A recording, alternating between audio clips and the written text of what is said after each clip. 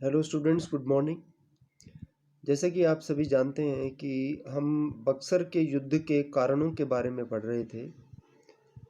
बक्सर का युद्ध जो 22 अक्टूबर 1764 को हुआ था, उसके एक दो कारण हमने जानने का प्रयास किया था। एक बार तो मैंने आपको बताऊं कि प्लासी के युद्ध के बाद जैसा कि वायदा किया था अंग्रेज़ों ने कि वो सिराजुद्दौला के स्थान पर मीर जाफ़र को बंगाल का नवाब बनाएंगे। तो मीर जाफ़र सिराजुद्दौला का सेनापति था और कहे मुताबिक जैसे सिराजुद्दौला मारा गया, अंग्रेज़ों ने मीर जाफ़र को बंगाल का नवाब बना दिया था। लेकिन 1760 में अंग्रेज़ों ने मीर जाफ़र के स्थान पर मीर कासिम को बंगाल का नवाब बना दिया। अब मीर कासिम जो था, मैंने आपको बताया कि एक योग्य नवाब था, वो काबिलियत रखता था और उसने कुछ ऐसे कार्य करने शुरू कर दिए कि 22 अक्टूबर 1763 को बक्सर का युद्ध हुआ। अब क्या क्या उसने कार्य किया, जैसे कि मैंने आपको बताया कि उसने अपनी राजधानी मुर्शिदाबाद के स्थान पर मुंगेर में अपनी वो राजधानी ले गया। उसने अंग्रेज़ों को व्यापारिक सुविधाएं प्रदान करने से रोका। जैसे कि पहले शासक रहे, जैसे मीर जाफ़र रहा था, तो मीर जाफ़र ने तो समझौता कर लिया था अंग्रेज़ों के साथ। उसने बहुत पैसा दिया था और चुंगे मुक्त व्यापार का उसने आश्वासन दिया था।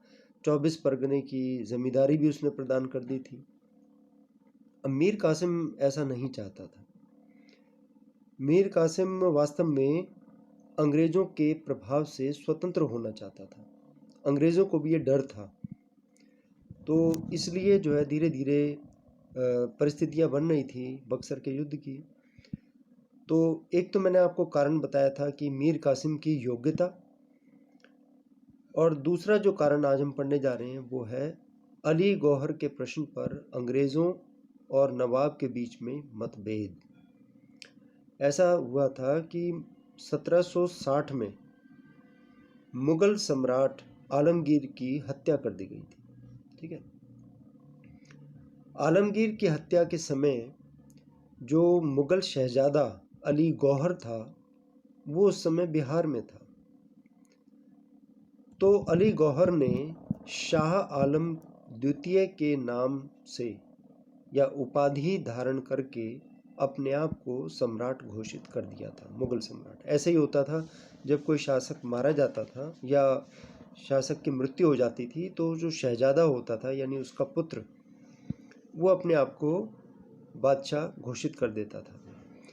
तो उस समय अली गौहर बिहार में था और उसने खुद को शाह आलम द्वितीय की उपाधि प्रदान करके और भारत का सम्राट उसने अपने आप को घोषित कर दिया। इसके पश्चात अंग्रेज़ों ने सम्राट को पटना बुलाया और इसका कारण ये था कि अंग्रेज़ उस नए सम्राट से व्यापारिक लाभ, व्यापारिक रियायतें प्राप्त करना चाहते थे। उन्होंने मीर कासिम को भी ये निर्देश दिया कि वो मुगल सम्राट शाह आलम द्वितीय को मुगल सम्राट स्वीकार कर ले। अब मीर कासिम को ये डर था कि अगर उसने ऐसा कर दिया, अगर उसने शाह आलम द्वितीय को सम्राट स्वीकार कर लिया, तो कहीं वो अंग्रेज़ों को बंगाल, बिहार और उड़ीसा की दीवानी ना प्रदान करते। दीवानी मतलब कर एकत्रित करने का अधिकार ना प्राप्त कर ले। इसलिए उसने शाह आलम के पटना से चले जाने के बाद उसे सम्राट स्वीकार करने का निश्चय किया, लेकिन अंग्रेज़ों ने इसका विरोध किया। अब जब विरोध किया तो मीर कासिम ने मजबूरीवश जो है शाह आलम द्वितीय को मुगल सम्राट स्वीकार कर लिया और सम्राट से मिलने के लिए वो पटना भी चला गया। तो इससे क्या हुआ कि इससे अंग्रेज़ों और मीर कासिम के बीच में मतभेद उत्पन्न हो गए। और फिर जो कल भी मैंने आपको बताया था कि राम नारायण के मुद्दे पर मतभेद जैसा कि मैंने आपको बताया था कि राम नारायण जो है वो एक तरह से मीर कासिम का डिप्टी नवाब था, बिहार का डिप्टी गवर्नर था, जिसे अंग्रेज़ों ने बनाया था। लेकिन जल्दी ही राम नारायण और मीर कासिम के बीच में मतभेद उत्पन्न हो गए, और जब मतभेद हुए तो वो नवाब मीर कासिम के डर से भागकर अंग्रेजों की शरण में चला गया। अब नवाब का भगोड़ा शत्रु अंग्रेजों की शरण में चला गया, तो नवाब ने मांग की अंग्रेजों से कि राम नारायण को वापस दे दिया जाए। तो वैसे अंग्रेज क्या करते थे कि नवाब के विरोधी, नवाब चाहे कोई भी रहे, उसके विरोधियों को अपने पास वो शरण देते थे। लेकिन इस बार उल्टा हुआ।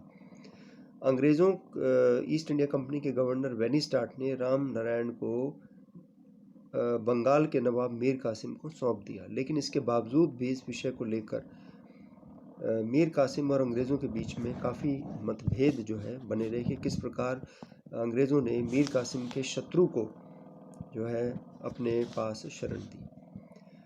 इसके बाद अगला जो पॉइंट हम पढ़ने जा रहे हैं वो है अनुचित व्यापार पर रोक। देखिए, बहुत लंबे समय से जो अंग्रेज थे वो भारत में व्यापार कर रहे थे। व्यापार तक तो सीमित था, लेकिन वो कर रहे थे अनुचित व्यापार।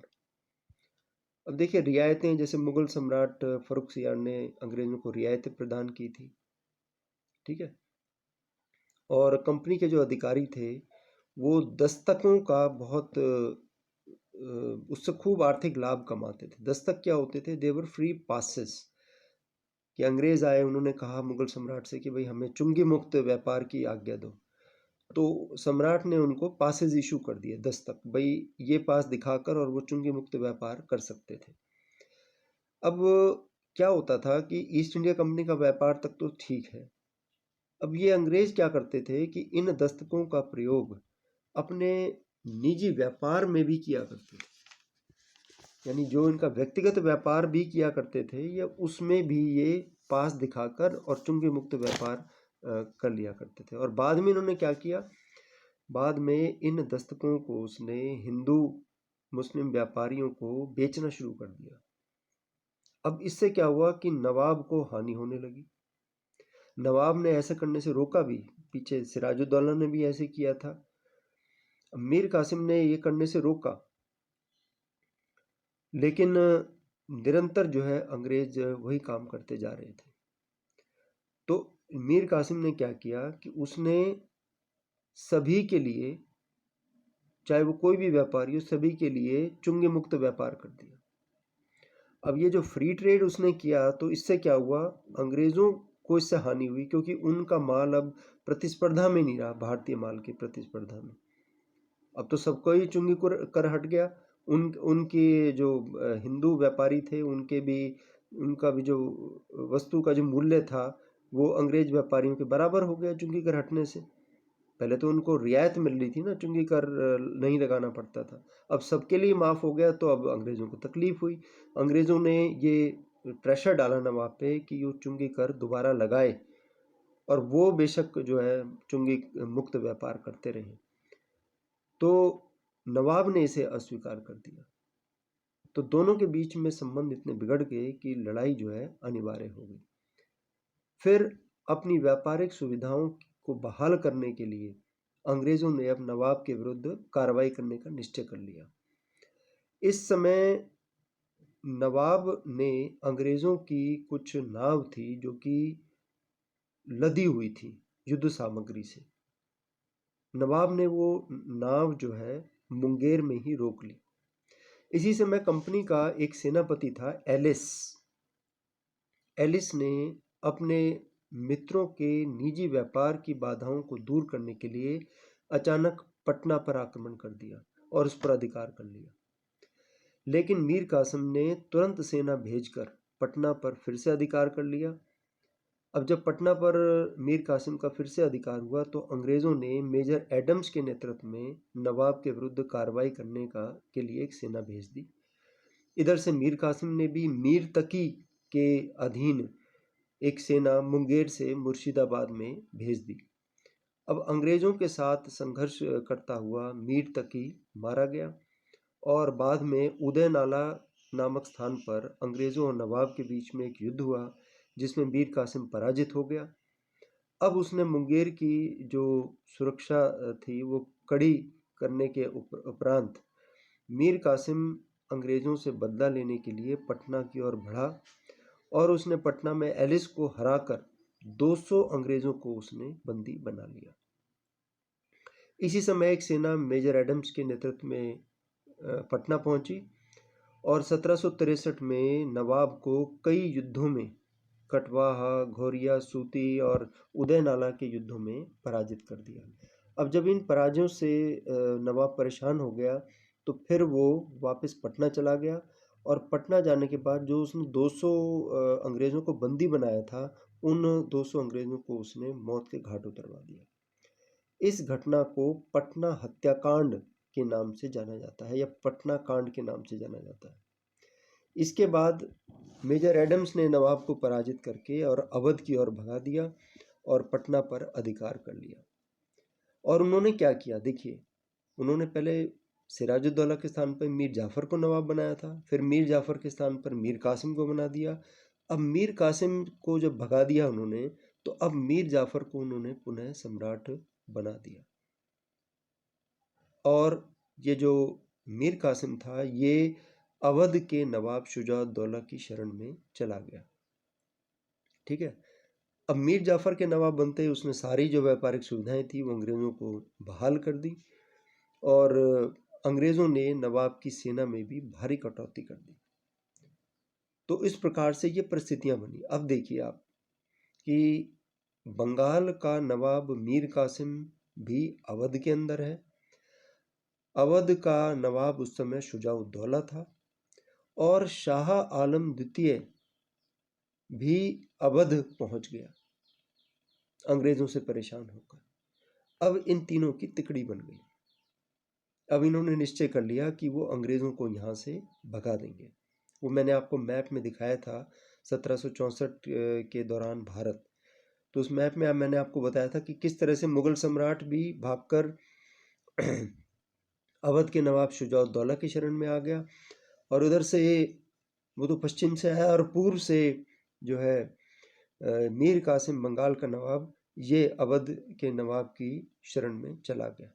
तो अब तीन शक्तियां थी, यानी शाह आलम द्वितीय मुगल बादशाह, दूसरा अवध का नवाब शुजाउद्दौला ये भी अंग्रेज़ों से परेशान, और तीसरा मीर कासिम, इसको भी अंग्रेज़ों ने पराजित कर दिया था। और परिस्थितियां ऐसी बनी कि एक और युद्ध हुआ बक्सर में। बक्सर बिहार में पड़ता है। 22 अक्टूबर 1764 को बक्सर का युद्ध हुआ। इसमें अंग्रेज़ों का नेतृत्व मेजर हेक्टर मुनरो ने किया। Munro, MUNRO, major Hector Munro. और ये तीन शक्तियां थी और इन तीनों शक्तियों को पराजित कर दिया इस युद्ध में, बैटल ऑफ बक्सर में। ठीक है। बाकी इसकी जो अन्य घटनाएं हैं और इसके जो परिणाम हैं वो फिर हम नेक्स्ट क्लास में पढ़ेंगे। Thank you.